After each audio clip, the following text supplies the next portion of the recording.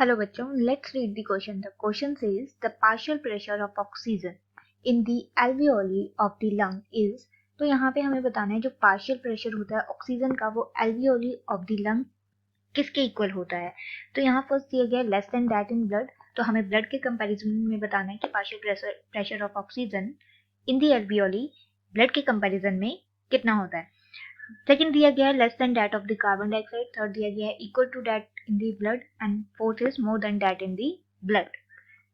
सबसे पहले हम बात करेंगे यहाँ पे एल्वियोली की।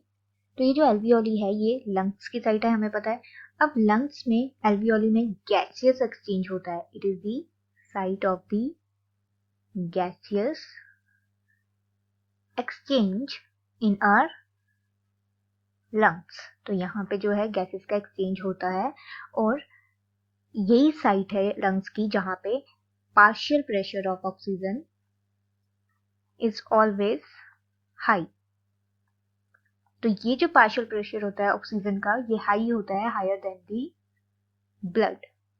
अगर हम बात करें ब्लड की तो हमें पता है ब्लड जो है रिच होता है इन दी कार्बन डाइऑक्साइड, और ये जो कार्बन डाइऑक्साइड है कहाँ से आता है, ये कार्बन डाइऑक्साइड जो है सेल से as well as from the tissues जो कि किस में पार्टिसिपेट करते हैं इनटू द सेलुलर रेस्पिरेशन में।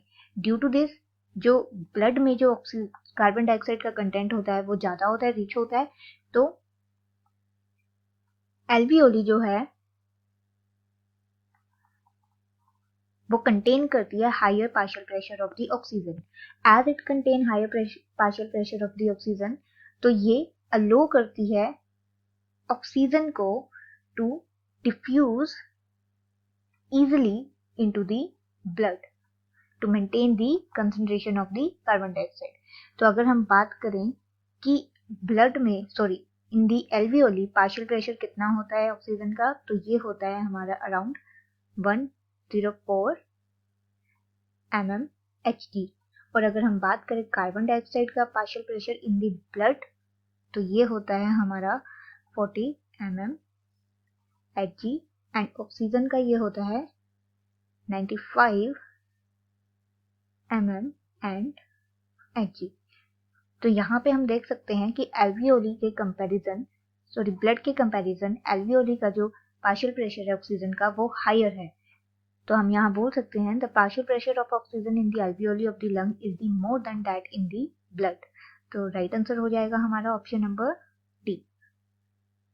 Hope you understand the problem. All the best, thank you.